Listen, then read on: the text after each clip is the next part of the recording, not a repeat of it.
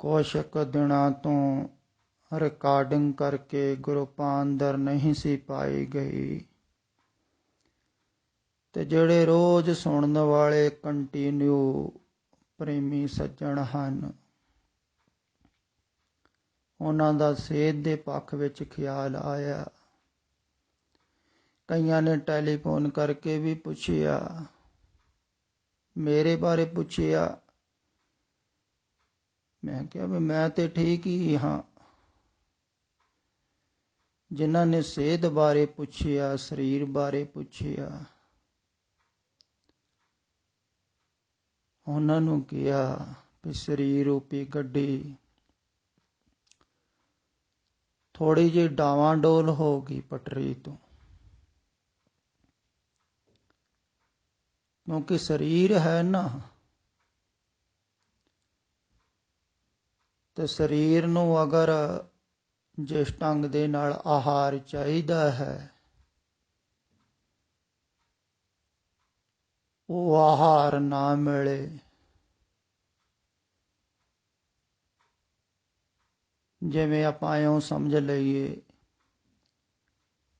ਵੀ motor ਗੱਡੀ ਦੇ ਅੰਦਰ ਸਹੀ ਢੰਗ ਦੇ ਨਾਲ ਤੇਲ ਨਾ ਪਵਾਈਏ, ਸਰਵਿਸ ਨਾ ਕਰਵਾਈਏ ਤਾਂ ਵਿਗੜ ਜਾਂਦੀ ਹੈ। ਇਵੇਂ ਹੀ ਹੋਇਆ ਵੀ ਮਾਈਆਂ ਇੱਥੋਂ ਚਲੇ ਗਈਆਂ, ਤਾਂ ਜੋ ਕੰਟੀਨਿਊ ਰੋਜ਼ ਜਿਸ ਢੰਗ ਦਾ ਭੋਜਨ ਖਾਇਆ ਜਾਂਦਾ ਸੀ, ਵੈਸੇ ਹੀ ਸਰੀਰ ਲੱਗ ਜਾਂਦਾ ਹੈ ਨਾ, ਜੈਸਾ ਖਾਓ ਰੋਜ਼ ਰੋਜ਼। ਤਾਂ ਉਹਨਾਂ ਤੋਂ ਬਾਅਦ ਖਿਆਲ ਨਾ ਦਿੱਤਾ ਭੋਜਨ ਵੱਲ, ਵੈਸਾ ਨਾ ਖਾਧਾ, ਬਹੁਤਾ ਗੌਰ ਨਾ ਕੀਤਾ ਸਰੀਰ ਵੱਲ, ਭੋਜਨ ਵੱਲ, ਤੇ ਥੋੜਾ ਜਿਹਾ ਸਰੀਰ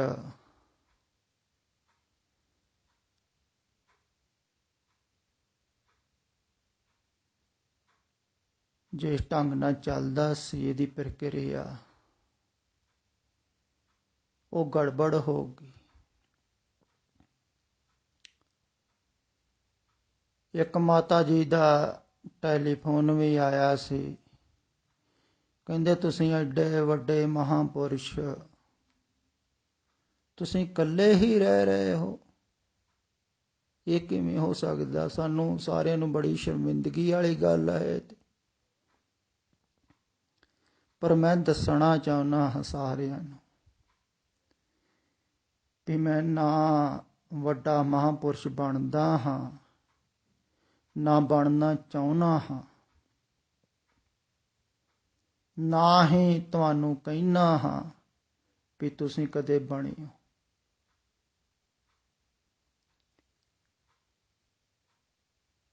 ਮੈਂ ਬਿਲਕੁਲ ਸਾਧਾਰਨ ਹਾਂ। ਜਿਸ ਤਰ੍ਹਾਂ ਦਾ ਤੁਹਾਡਾ ਸਰੀਰ ਹੈ, ਵੈਸਾ ਹੀ ਮੇਰਾ ਹੈ। ਸਰੀਰ ਬਿਲਕੁਲ ਇੱਕੋ ਜਿਹੇ ਹੀ ਹੁੰਦੇ ਹਨ।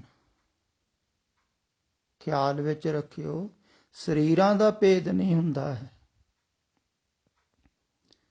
ਹਾਂ, ਕਥਾ ਕਹਾਣੀਆਂ ਦੇ ਵਿੱਚ ਤੇ ਬਹੁਤ ਭੇਦ ਕਰ ਦਿੰਦੇ ਹਨ ਸਰੀਰਾਂ ਦਾ, ਕਿ ਗਿਆਨਵਾਨ ਦਾ ਸਰੀਰ ਕੁਝ ਵਿਸ਼ਿਸ਼ਟ ਹੁੰਦਾ, ਨਹੀਂ, ਸਰੀਰ ਵੈਸਾ ਹੀ ਹੁੰਦਾ ਹੈ। ਹੁਣ ਕੋਈ ਵੀ ਜਾਗ ਜਾਵੇ ਤੁਹਾਡੇ ਆਂਢ ਗੁਆਂਢ, ਸਾਧਾਰਨ ਮਨੁੱਖ, ਤਾਂ ਉਹਦੇ ਸਰੀਰ ਵਿੱਚ ਥੋੜ੍ਹੀ ਫਰਕ ਪਵੇਗਾ ਕੋਈ। ਸਰੀਰ ਤੇ ਜੈਸਾ ਹੈ ਵੈਸਾ ਹੀ ਰਹੇਗਾ। ਅਸ਼ਟਾਵਕਰ ਦਾ ਸਰੀਰ 8 ਜਗ੍ਹਾ ਤੋਂ ਟੇਢਾ ਸੀ, ਗਿਆਨ ਹੋਣ ਦੇ ਨਾਲ ਸਿੱਧਾ ਥੋੜ੍ਹੀ ਹੋ ਗਿਆ, ਟੇਢਾ ਹੀ ਰਿਹਾ ਹੈ ਨਾ।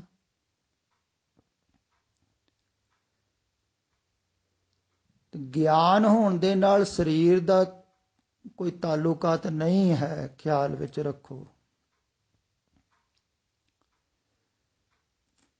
ਸਰੀਰ ਤੇ ਵੈਸਾ ਹੀ ਰਹੇਗਾ ਜੈਸਾ ਸਾਧਾਰਨ ਹੈ, ਕਿਉਂਕਿ ਸਰੀਰ ਇਸ ਮਿੱਟੀ ਦਾ ਬਣਿਆ ਹੋਇਆ ਹੈ,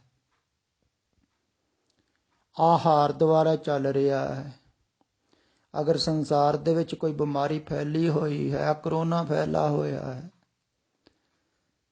ਤੇ ਕੋਈ ਵੀ ਸਰੀਰ ਇਹਦੀ ਚਪੇਟ ਵਿੱਚ ਆ ਸਕਦਾ ਹੈ।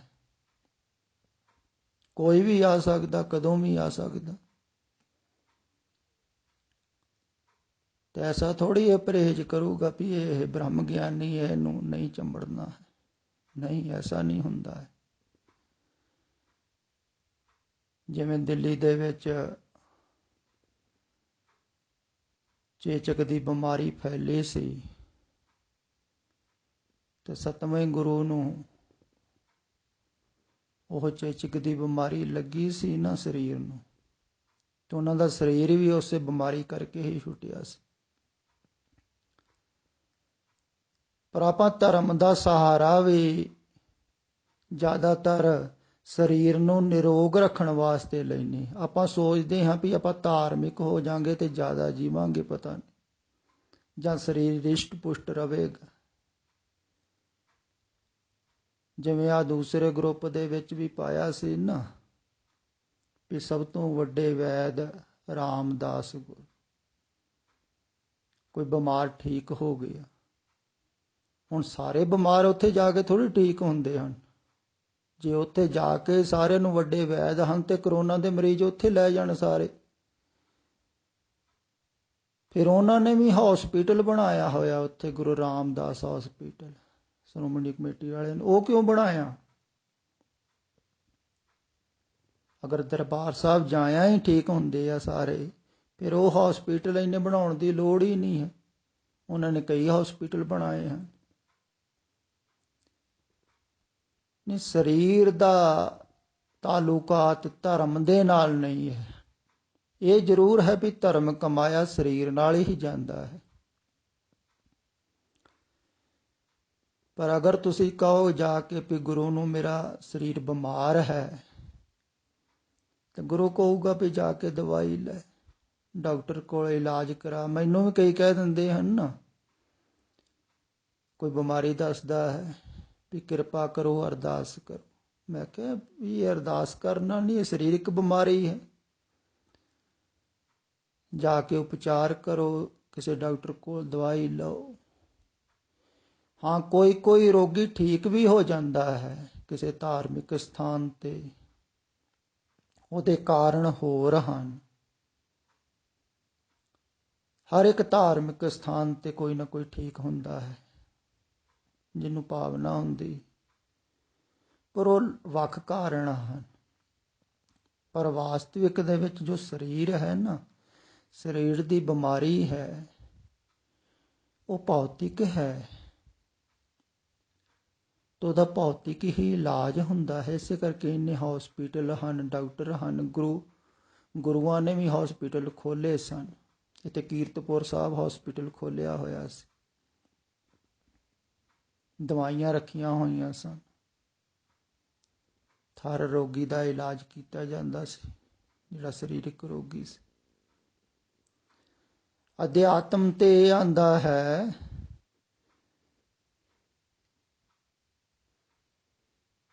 ਵੀ ਤੁਸੀਂ ਸਰੀਰ ਨਹੀਂ ਹੋ। ਉਹ ਸਰੀਰ ਦਾ ਰੋਗ ਦੂਰ ਕਰਨ ਵਾਸਤੇ ਨਹੀਂ ਹੈ। ਇਹ ਜਿੰਨਾ ਵੀ ਉਪਦੇਸ਼ ਹੈ ਨਾ, ਇਹ ਸਰੀਰ ਤੋਂ ਉੱਪਰ ਉੱਠਣ ਵਾਸਤੇ ਹੈ। ਹਾਂ, ਸਰੀਰ ਰੋਗੀ ਹੋਵੇਗਾ, ਬਿਮਾਰ ਹੋਵੇਗਾ,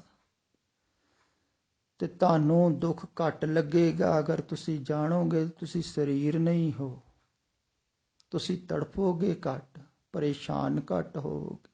ਠੀਕ ਹੈ, ਠੀਕ ਹੋ ਗਿਆ, ਨਾ ਠੀਕ ਹੋਇਆ ਤੇ ਚਲੋ ਕੋਈ ਨਹੀਂ, ਸਰੀਰ ਹੀ ਹੈ, ਜਾਣਾ ਹੀ ਹੈ ਇਹਨੇ। ਜਿਵੇਂ ਕੋਈ ਮੋਟਰ ਗੱਡੀ ਖਰਾਬ ਹੋ ਗਈ ਹੈ ਤੁਹਾਡੀ, ਤਾਂ ਉਹਨੂੰ ਠੀਕ ਕਰਵਾਉਂਦੇ ਹੋ ਤੁਸੀਂ। ਅਗਰ ਨਾ ਹੀ ਠੀਕ ਹੋਵੇ ਉਹ, ਤੁਸੀਂ ਕਹਿੰਦੇ ਹੋ ਫਿਰ ਠੀਕ ਹੈ, ਨਹੀਂ ਠੀਕ ਹੋਣ ਵਾਲੀ। ਮਕੈਨਿਕ ਕਹਿੰਦਾ ਵੀ ਇਹ ਹੋ ਹੀ ਨਹੀਂ ਸਕਦੀ ਠੀਕ, ਜ਼ਿਆਦਾ ਹੀ ਖਰਾਬ ਹੋ ਗਈ ਹੈ, ਬਿਲਕੁਲ ਇੰਜਣ ਹੀ ਖਰਾਬ ਹੋ ਗਿਆ। ਇਵੇਂ ਹੀ ਸਰੀਰ ਹੈ, ਜਿੰਨਾ ਚਿਰ ਚੱਲਦਾ ਹੈ ਉਨਾ ਚਿਰ ਚੱਲਦਾ ਰਹੇਗਾ।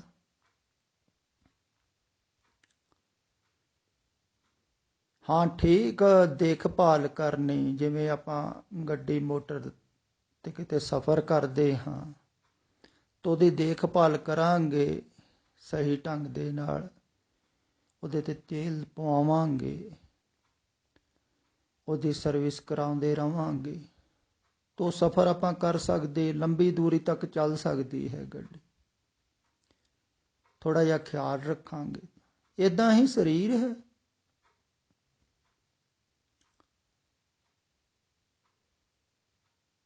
ਤੇ ਸਰੀਰ ਦੇ ਨਾਲ ਮੋਹ ਨਹੀਂ।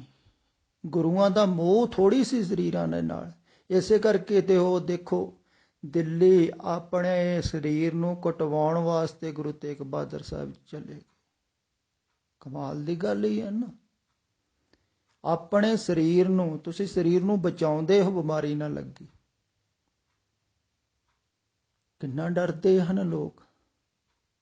ਕਈਆਂ ਨੂੰ ਥੋੜ੍ਹੀ ਜਿਹੀ ਵੀ ਬਿਮਾਰੀ ਲੱਗੇ ਨਾ, ਘਬਰਾ ਜਾਂਦੇ ਹਨ।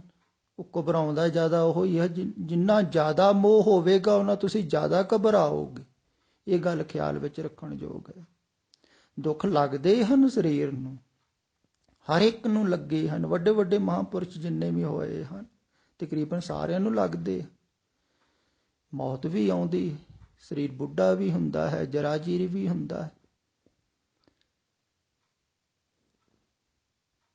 ਫਰੀਦ ਜੀ ਨਹੀਂ ਕਹਿ ਰਹੇ ਹਨ, ਕਹਿੰਦੇ ਹਨ ਇੰਨੀ ਨਿੱਕੀ ਜੰਗੀ ਥਲ ਡੂੰਗਰ ਪਵੇ ਓਮ, ਅੱਜ ਫਰੀਦਾ ਕੂਜੜਾ ਸੈ ਕੋਹਾਂ ਥੀ ਓਮ। ਕਹਿੰਦੇ ਨਿੱਕੀਆਂ ਨਿੱਕੀਆਂ ਲੱਤਾਂ ਦੇ ਨਾਲ ਕਿੰਨੇ ਥਾਲ ਪਹਾੜ ਘੁੰਮ ਲਏ ਹਨ, ਪਰ ਅੱਜ ਸਰੀਰ ਇੰਨਾ ਕਮਜ਼ੋਰ ਹੋ ਗਿਆ ਹੈ ਵੀ ਲਾਗੇ ਪਿਆ ਹੋਇਆ ਕੁੱਜਾ ਵੀ ਪਾਣੀ ਦਾ 100 ਕੋਹਾਂ ਤੇ ਨਜ਼ਰ ਆਉਂਦਾ ਹੈ।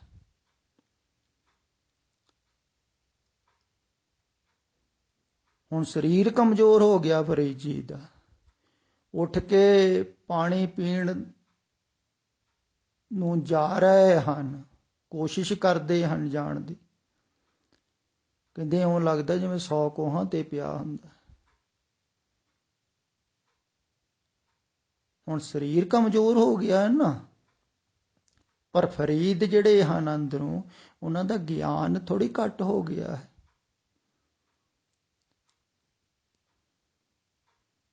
ਸਰੀਰ ਦੁਬਾਰਾ ਉਹ ਪਾਣੀ ਪੀਣਗੇ ਤਾਂ ਸਰੀਰ ਕਮਜ਼ੋਰ ਹੈ। ਇਹ ਗੱਲ ਖਿਆਲ ਵਿੱਚ ਰੱਖਣ ਯੋਗ ਹੈ। ਬਹੁਤਿਆਂ ਨੂੰ ਇਹੋ ਹੀ ਖਿਆਲ ਹੁੰਦਾ ਹੈ ਵੀ ਜਿਹੜਾ ਆਤਮ ਗਿਆਨੀ ਹੁੰਦਾ ਹੈ ਵੀ ਉਹਦਾ ਸਰੀਰ ਵੈਸਾ ਨਹੀਂ ਹੁੰਦਾ ਹੈ। ਨਹੀਂ, ਵੈਸਾ ਹੀ ਹੁੰਦਾ ਹੈ ਜੈਸਾ ਤੁਹਾਡਾ ਹੈ, ਸਾਰਿਆਂ ਦਾ। ਵੈਸੇ ਹੀ ਪ੍ਰਕਿਰਤੀ ਦੇ ਅਨੁਕੂਲ ਚੱਲਦਾ ਹੈ। ਉਹ ਜਵਾਨ ਵੀ ਹੋਵੇਗਾ, ਬੁੱਢਾ ਵੀ ਹੋਵੇਗਾ।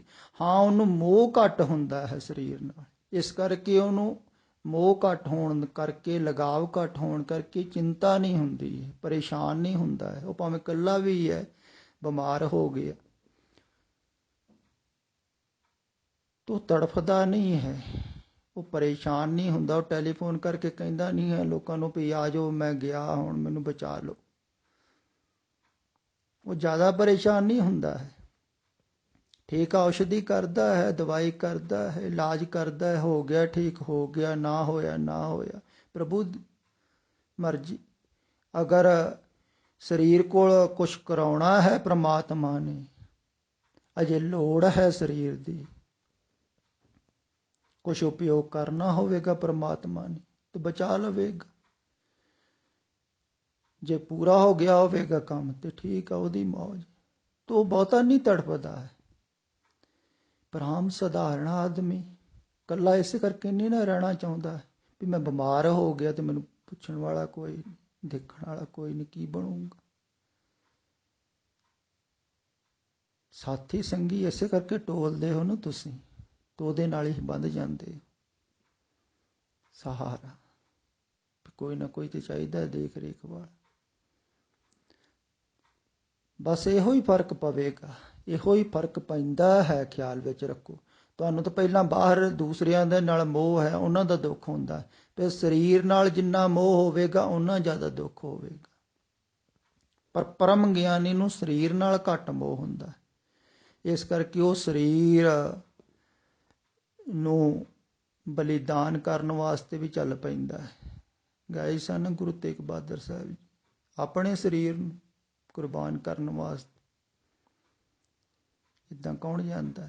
ਜਿਵੇਂ ਗੁਰੂ ਅਰਜਨ ਦੇਵ ਜੀ ਤੱਤੀਆਂ ਤਵੀਆਂ ਤੇ ਬੈਠ ਗਏ।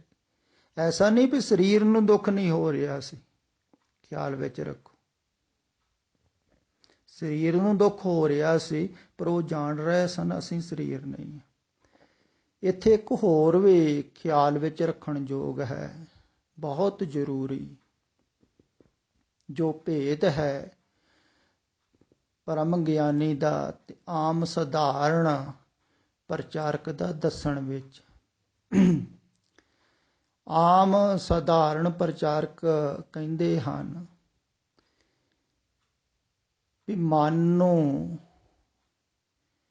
ਇੰਨਾ ਦ੍ਰਿੜ ਕਰੋ, ਇੰਨਾ ਪੱਕਾ ਕਰੋ ਵੀ ਕੋਈ ਵੀ ਬਿਪਤਾ ਆ ਜੇ, ਦੁੱਖ ਆ ਜੇ, ਪਰੇਸ਼ਾਨੀ ਆ ਜਾਵੇ, ਮਨ ਡੋਲੇ ਨਾ।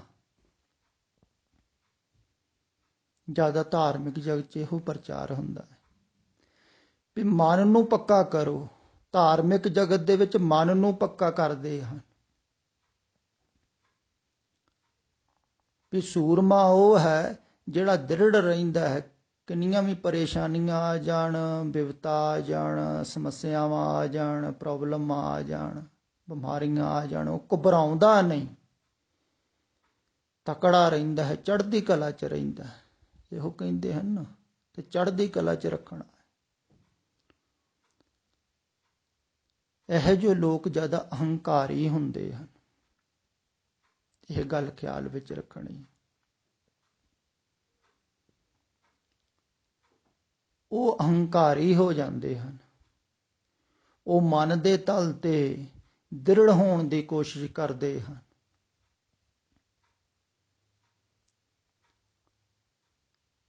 ਤੇ ਜਿਹੜਾ ਮਨ ਦੇ ਤਲ ਤੇ ਦ੍ਰਿੜ ਹੋ ਜਾਂਦਾ ਹੈ, ਪੱਕਾ ਹੋ ਜਾਂਦਾ, ਕਈ ਹੋ ਵੀ ਜਾਂਦੇ ਹਨ, ਫਿਰ ਸਾਰਿਆਂ ਦੇ ਸਾਹਮਣੇ, ਸਾਰਿਆਂ ਦੇ ਨਾਲ, ਸਾਰਿਆਂ ਨੂੰ ਦਿਖਾਉਣਾ ਵੀ ਹੈ ਵੀ ਮੈਂ ਹਾਂ ਕੁਛ ਸੂਰਮਾ, ਦੇਖੋ ਕਿੰਨਾ ਪੱਕਾ ਹਾਂ ਆਪਣੇ ਵਾਅਦੇ ਦਾ, ਆਪਣੇ ਬਚਨ ਦਾ, ਦ੍ਰਿੜ ਹਾਂ, ਮਰਨ ਨੂੰ ਤਿਆਰ ਹਾਂ। ਬਿਲਕੁਲ ਹੈ ਕੋਈ ਮੇਰੇ ਵਰਗਾ, ਤੇ ਕਈ ਮਰ ਵੀ ਜਾਂਦੇ ਹਨ।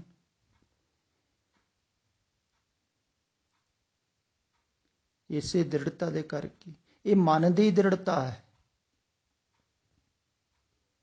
ਇਹ ਹੰਕਾਰ ਹੀ ਹੈ। ਪਰ ਮਨ ਦ੍ਰਿੜ ਰਹਿੰਦਾ ਨਹੀਂ ਹੈ, ਖਿਆਲ ਵਿੱਚ ਰੱਖੋ। ਮਨ ਨੂੰ ਜਿੰਨਾ ਮਰਜ਼ੀ ਦ੍ਰਿੜ ਕਰੀ ਜਾਓ, ਕਰੀ ਜਾਓ ਵੀ ਇਹ ਦ੍ਰਿੜ ਰਵੇ, ਪਰ ਬਹੁਤ ਕਠਿਨ ਹੈ ਮਨ ਨੂੰ ਦ੍ਰਿੜ ਰੱਖਣਾ, ਤੇ ਅਹੰਕਾਰੀ ਹੋ ਜਾਂਦਾ ਹੈ। ਮਨ ਨੂੰ ਦ੍ਰਿੜ ਨਹੀਂ ਕਰਨਾ ਹੈ। ਇਹੋ ਜਿਹੇ ਬਹੁਤ ਸੂਰਮੇ ਹੋਏ ਹਨ ਜਿਨ੍ਹਾਂ ਨੇ ਮਨ ਨੂੰ ਦ੍ਰਿੜ ਕੀਤਾ ਤੇ ਆਪਣਾ ਆਪ ਕੁਰਬਾਨ ਕੀਤਾ। ਐਸੇ ਜਰਨੈਲ ਹੋਏ ਹਨ ਜਿਹੜੇ ਮਨ ਦੇ ਤਲ ਤੇ ਬਹੁਤ ਦ੍ਰਿੜਤ ਹਨ, ਪਰ ਮਨ ਤੋਂ ਪਾਰ ਨਹੀਂ ਸਨ। ਦ੍ਰਿੜਤਾ ਮਨ ਦੀ ਸੀ, ਤੇ ਜਿਹੜਾ ਮਨ ਦੇ ਤਲ ਤੇ ਦ੍ਰਿੜ ਹੈ ਉਹ ਤੇ ਮੈਂ ਦੇ ਤਲ ਤੇ ਹੀ ਹੈ ਨਾ, ਹੋਂ ਦੇ ਤਲ ਤੇ, ਵੀ ਮੈਂ ਆਪਣਾ ਬਚਨ ਨਹੀਂ ਛੱਡਣਾ ਭਾਵੇਂ ਮਰ ਜਾਵਾਂ।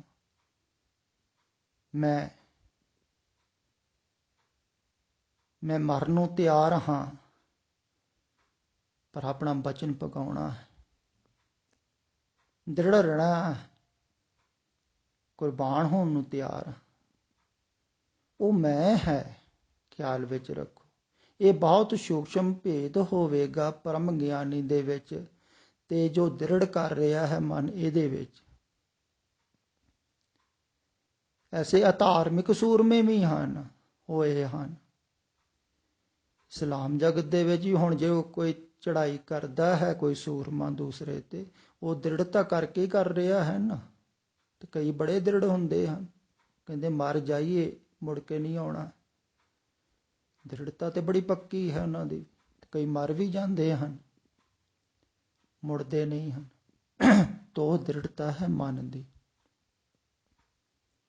ਉਹਦੇ ਵਿੱਚ ਹੰਕਾਰ ਹੈ, ਹਉ ਹੈ ਵੀ ਮੈਂ ਦ੍ਰਿੜ ਹੋਣਾ ਹੈ, ਮੈਂ ਆਪਣੇ ਆਪ ਨੂੰ ਪੱਕਾ ਕਰਨਾ ਹੈ।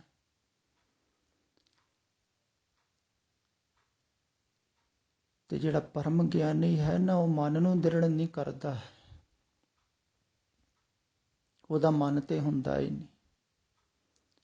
ਉਹ ਤੇ ਉਹਦੀ ਰਜਾ ਦੇ ਵਿੱਚ ਜੋ ਹੋ ਰਿਹਾ ਹੈ ਵੈਸਾ ਹੀ ਹੋਣ ਦਿੰਦਾ ਹੈ। ਨਾ ਹੀ ਉਹ ਦਿਖਾਵਾ ਕਰਦਾ ਹੈ ਆਪਣੇ ਸਰੀਰ ਦਾ ਵੀ ਮੈਂ ਬਹੁਤ ਤਕੜਾ ਹਾਂ, ਬਹੁਤ ਮਹਾਨ ਹਾਂ, ਬਹੁਤ ਦਲੇਰ ਹਾਂ। ਪ੍ਰਦਰਸ਼ਨ ਨਹੀਂ ਕਰਦਾ ਹੈ ਆਪਣੇ ਸਰੀਰ ਦਾ। ਸਰੀਰ ਸੁਭਾਵਿਕ ਹੀ ਕਹਿੰਦਾ ਹੈ ਮੇਰਾ ਐਸਾ ਹੀ ਹੈ ਜੈਸਾ ਤੁਹਾਡਾ ਹੈ, ਐਸਾ ਹੀ ਹੈ ਨਾ। ਸਰੀਰ ਤੇ ਵੈਸਾ ਹੀ ਹੈ। ਉਹ ਕਬੀਰ ਜੀ ਸਨ, ਉਹ ਘਰ ਦੇ ਕਾਰੋਬਾਰ ਕਰ ਰਹੇ ਸਨ, ਸਾਧਾਰਨ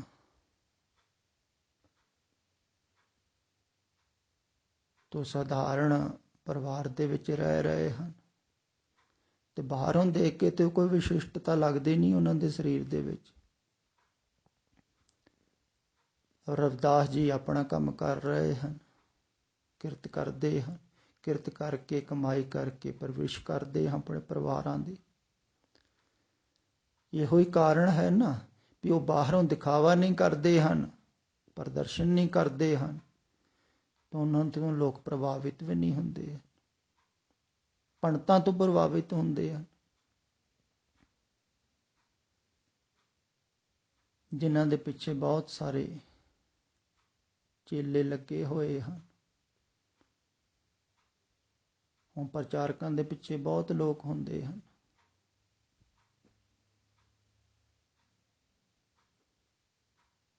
ਇੱਦਾਂ ਹੀ ਉਦੋਂ ਪ੍ਰਚਾਰਕ ਸਨ ਪੰਡਤ, ਉਹਨਾਂ ਦੇ ਪਿੱਛੇ ਤੇ ਕਈ ਸਨ। ਵੱਡੀਆਂ ਵੱਡੀਆਂ ਸਟੇਜਾਂ ਲੱਗਦੀਆਂ, ਕਥਾ ਕਰਦੇ। ਹੁਣ ਕਬੀਰ ਜੀ ਕੋ ਇਕੱਲਾ ਆਦਮੀ ਆਉਂਦਾ ਉਹਨੂੰ ਸਮਝਾ ਦਿੰਦੇ। ਕੋਈ ਆਉਂਦਾ ਵੀ ਸਧਾਰਨ ਆਦਮੀ ਹੈ, ਕੱਪੜੇ ਬੁਣਦਾ, ਬਾਜ਼ਾਰ 'ਚ ਜਾ ਕੇ ਵੇਚਦਾ ਹੈ, ਕੀ ਵਿਸ਼ਿਸ਼ਟਤਾ ਹੈ? ਬਾਹਰੋਂ ਵਿਸ਼ਿਸ਼ਟ ਨਹੀਂ ਲੱਗ ਰਹੇ ਹਨ, ਕੋਈ ਵੀ ਨਹੀਂ ਲੱਗਦਾ ਹੈ। ਦਰਅਸਲ ਜੋ ਪਰਮ ਗਿਆਨੀ ਉਹ ਲੱਗਣਾ ਵੀ ਨਹੀਂ ਚਾਹੁੰਦਾ ਹੈ ਬਾਹਰੋਂ ਵਿਸ਼ਿਸ਼ਟ। ਉਹ ਸਰੀਰ ਦੇ ਤਲ ਤੇ ਕੋਈ ਪ੍ਰਦਰਸ਼ਨ ਨਹੀਂ ਕਰਦਾ ਹੈ ਵੀ ਮੈਂ ਵਿਸ਼ਿਸ਼ਟ ਹਾਂ, ਮੈਂ ਸ੍ਰੇਸ਼ਟ ਹਾਂ, ਜਾਂ ਮੈਂ ਮਨ ਬੜਾ ਦ੍ਰਿੜ ਹਾਂ, ਬੜਾ ਪੱਕਾ ਹਾਂ ਵਾਅਦੇ ਦਾ। ਨਹੀਂ, ਵਾਅਦੇ ਵੂਦੇ ਮਨ ਦੇ ਕਾਹਦੇ ਹੁੰਦੇ ਹਨ? ਉਹ ਵਾਅਦਾ ਕਰਦਾ ਹੀ ਨਹੀਂ ਕੋਈ। ਉਹ ਕਹਿੰਦਾ ਪ੍ਰਮਾਤਮਾ ਦੀ ਰਜ਼ਾ ਅੰਦਰ ਹੋ ਰਿਹਾ ਹੈ, ਹੋਊਗਾ ਹੋਊਗਾ, ਨਾ ਹੋਊਗਾ ਨਾ ਹੋਊਗਾ। ਉਹ ਸਹਿਜ ਜੀਂਦਾ ਹੈ। ਤੇ ਬਾਹਰੋਂ ਸਰੀਰਿਕ ਤਲ ਤੇ ਸਭ ਇੱਕ ਹਨ। ਹੁਣ ਕੋਈ ਵੀ ਗਿਆਨ ਨੂੰ ਉਪਲਬਧ ਹੋ ਜਾਂਦਾ ਹੈ ਤਾਂ ਉਹਦਾ ਸਰੀਰ ਨਹੀਂ ਬਦਲ ਜਾਵੇਗਾ, ਸਰੀਰ ਵੈਸਾ ਹੀ ਰਹੇਗਾ। ਅਗਰ ਬਿਮਾਰ ਹੈ ਤੇ ਬਿਮਾਰ ਵੀ ਹੋ ਸਕਦਾ ਰਵੇ, ਤੇ ਜੈਸਾ ਹੈ ਵੈਸਾ ਹੀ ਰਹੇਗਾ। ਪਰ ਸਰੀਰ ਨਾਲੋਂ ਮੋਹ ਘੱਟ ਹੋ ਜਾਂਦਾ ਹੈ, ਬਿਲਕੁਲ ਹਟ ਜਾਂਦਾ ਹੈ, ਤੇ ਫਿਰ ਬਿਲਕੁਲ ਹੀ ਚਿੰਤਾ ਖਤਮ ਹੋ ਜਾਂਦੀ। ਕਿਉਂਕਿ ਚਿੰਤਾ ਹੀ ਸਰੀਰ ਦੀ, ਸਰੀਰ ਨੂੰ ਬਚਾਉਣ ਦੀ ਹੀ ਚਿੰਤਾ ਹੈ। ਸਰੀਰ ਨੂੰ ਹੀ ਤੁਸੀਂ ਆਪਣਾ ਆਪ ਸਮਝਦੇ ਹੋ, ਇਸੇ ਕਰਕੇ ਪਰੇਸ਼ਾਨ ਵੀ ਹੁੰਦੇ ਹੋ। ਤੁਸੀਂ ਕਿਹਨੂੰ ਆਪਣਾ ਆਪ ਸਮਝ ਰਹੇ ਹੋ? ਸਰੀਰ ਨੂੰ ਹੀ ਸਮਝਦੇ ਹੋ ਨਾ।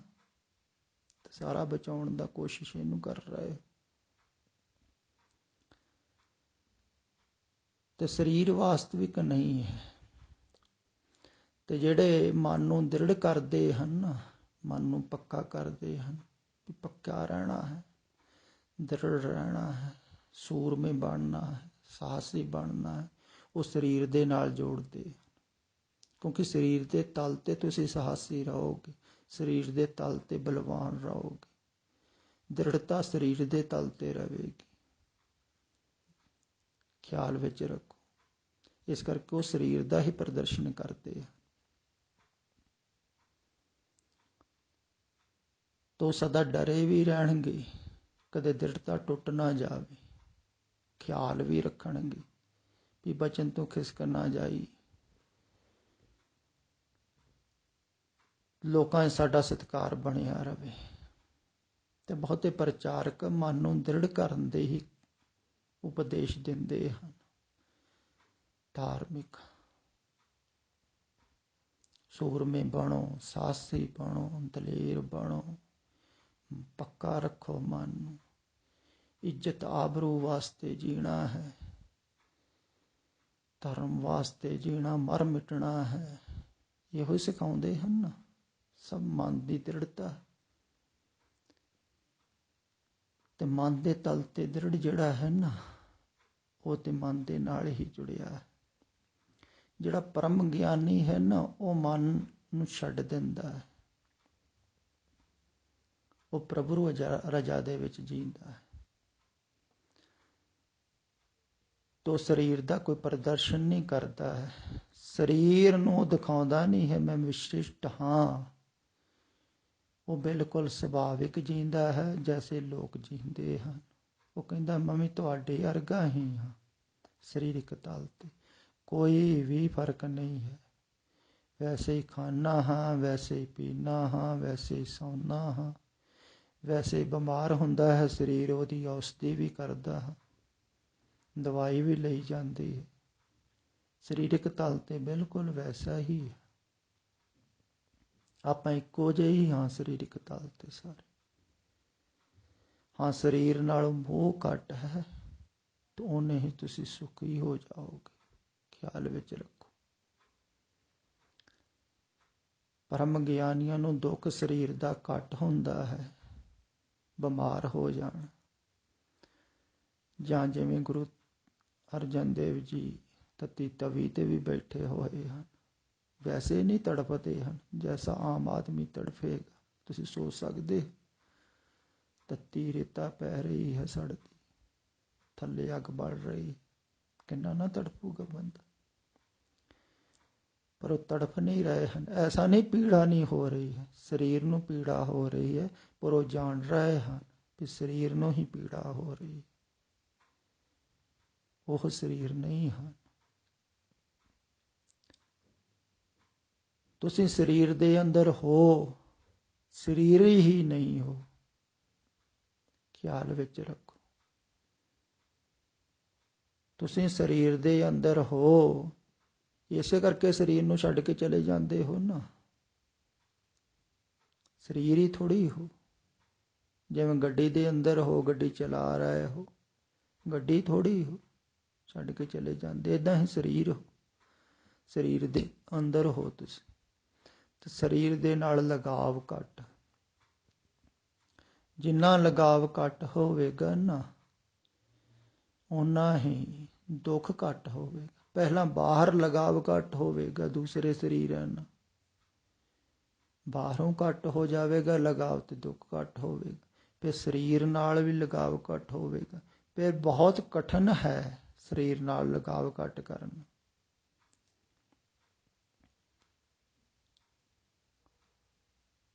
ਇਹੋ ਹੀ ਆਪਾਂ ਪਿੱਛੇ ਜੇ ਇੱਕ ਸ਼ਬਦ ਦੀ ਵਿਚਾਰ ਕਰ ਰਹੇ ਸੀ ਨਾ, ਰਵਿਦਾਸ ਜੀ ਦੇ, ਜੋ ਕਾਰਨ ਹਮ ਤੁਮ ਆਰਾਧੇ ਸੋ ਦੁਖ ਅਜਹੁ ਸਹੀ।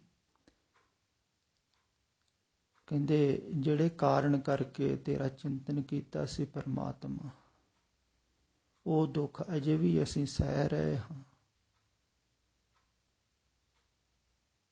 ਉਹ ਹੈ ਸਰੀਰ ਦਾ ਦੁੱਖ। ਬਾਹਰੋਂ ਲਗਾਵ ਤੇ ਘਟ ਗਿਆ, ਬਾਹਰੋਂ ਤੇ ਹਟ ਗਿਆ, ਬਾਹਰੋਂ ਤੇ ਕਹਿਤਾ ਵੀ ਹਮਾਰਾ ਕੋ ਨਾ ਹੀ ਹਮ ਕਿਸੇ ਕੇ ਨਾ। ਪਰ ਸਰੀਰ ਦਾ ਇਹ ਥੋੜਾ ਥੋੜਾ ਲਗਾਵ ਰਹਿ ਗਿਆ। ਸਰੀਰ ਦਾ ਇਹ ਦੁੱਖ ਥੋੜਾ ਥੋੜਾ ਮਹਿਸੂਸ ਹੁੰਦਾ ਹੈ।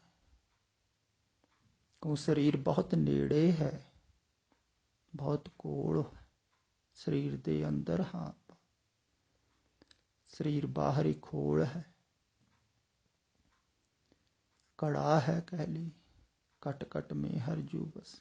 ਹਰ ਘੜੇ ਦੇ ਅੰਦਰ ਪਰਮਾਤਮਾ ਹੈ, ਹਰ ਸਰੀਰ ਦੇ ਅੰਦਰ ਪਰਮਾਤਮਾ, ਪਰ ਪਰਮਾਤਮਾ ਨਿਰਲੇਪ ਹੈ, ਘੜੇ ਦੇ ਨਾਲ ਜੁੜਿਆ ਹੋਇਆ ਨਹੀਂ। ਜਦੋਂ ਤੁਸੀਂ ਵੀ ਪਰਮਾਤਮਾ ਦੇ ਨਾਲ ਜੁੜ ਜਾਓਗੇ ਨਾ, ਫਿਰ ਨਿਰਲੇਪ ਹੋ ਜਾਓਗੇ। ਪਰ ਐਡੀ ਛੇਤੀ ਨਿਰਲੇਪ ਨਹੀਂ ਹੁੰਦਾ ਹੈ, ਥੋੜ੍ਹਾ ਥੋੜ੍ਹਾ ਜੋੜ ਬਣਿਆ ਰਹਿੰਦਾ ਹੈ ਜਿੰਨਾ ਚਿਰ ਸਰੀਰ ਹੁੰਦਾ ਹੈ, ਤੇ ਦੁੱਖ ਸੁੱਖ ਮਹਿਸੂਸ ਹੁੰਦਾ ਹੈ, ਪਰ ਓਨਾ ਹੀ ਘਟਦਾ ਜਾਂਦਾ ਹੈ ਜਿੰਨਾ ਮੋਹ ਘਟਦਾ ਜਾਂਦਾ ਹੈ। ਇਹ ਗੱਲ ਖਿਆਲ ਵਿੱਚ ਰੱਖਣ ਯੋਗ ਹੈ। ਜਿੰਨਾ ਸਰੀਰ ਦੇ ਨਾਲ ਮੋਹ ਘਟਦਾ ਜਾਵੇਗਾ, ਓਨਾ ਸਰੀਰਕ ਦੁੱਖ ਵੀ ਘਟਦਾ ਜਾਂਦਾ ਹੈ। ਇਹ ਫਰਕ ਪੈਂਦਾ ਹੈ, ਤੇ ਹੌਲੀ ਹੌਲੀ ਘਟਦਾ ਹੈ, ਸਮਾਂ ਲੱਗੇਗਾ।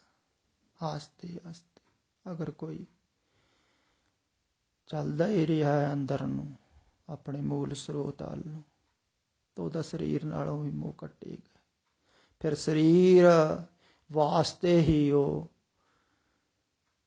ਅਰਦਾਸਾਂ ਨਹੀਂ ਕਰੇਗਾ, ਸਰੀਰ ਵਾਸਤੇ ਹੀ ਉਹ ਧਰਮ ਨਹੀਂ ਕਮਾਵੇਗਾ, ਧਾਰਮਿਕ ਸਥਾਨਾਂ 'ਤੇ ਨਹੀਂ ਜਾਵੇਗਾ, ਪਰਮ ਪੁਰਖਾਂ ਨੂੰ ਨਹੀਂ ਪੁੱਛੇਗਾ ਮੇਰਾ ਸਰੀਰ ਬਿਮਾਰ ਹੈ, ਮੈਂ ਸਵਸਥ ਕਰੋ, ਅਰਦਾਸ ਕਰੋ। ਨਹੀਂ, ਉਹ ਕਹੇਗਾ ਸਰੀਰ ਨੇ ਤੇ ਜਾਣਾ ਹੀ ਹੈ, ਤੁਸੀਂ ਸਰੀਰ ਦੀ ਗੱਲ ਹੀ ਨਾ ਕਰੋ।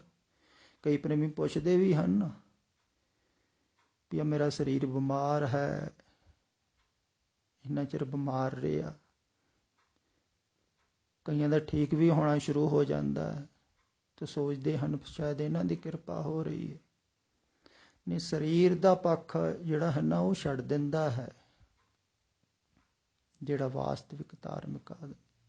ਉਹ ਕਹਿੰਦਾ ਠੀਕ ਹੈ, ਸਰੀਰ ਹੈ, ਬਿਮਾਰ ਹੈ, ਹੌਲੀ ਹੌਲੀ ਇਲਾਜ ਕਰਾਵਾਂਗੇ, ਠੀਕ ਹੋਇਆ ਨਾ ਠੀਕ ਹੋਇਆ ਨਾ ਠੀਕ ਹੋਇਆ,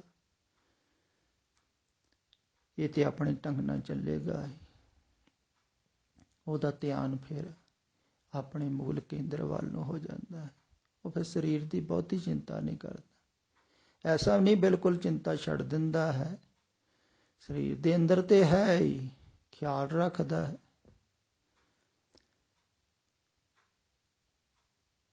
ਤੇ ਉਪਾਅ ਕਰਦਾ ਰਹਿੰਦਾ ਹੈ ਵੀ ਠੀਕ ਠਾਕ ਚੱਲਦਾ ਰਹੇ, ਸਰੀਰ ਰੂਪੇ ਗੱਡੀ ਚੱਲਦੀ ਰਹੇ, ਜਿੰਨਾ ਚਿਰ ਚੱਲੂਗੀ ਠੀਕ।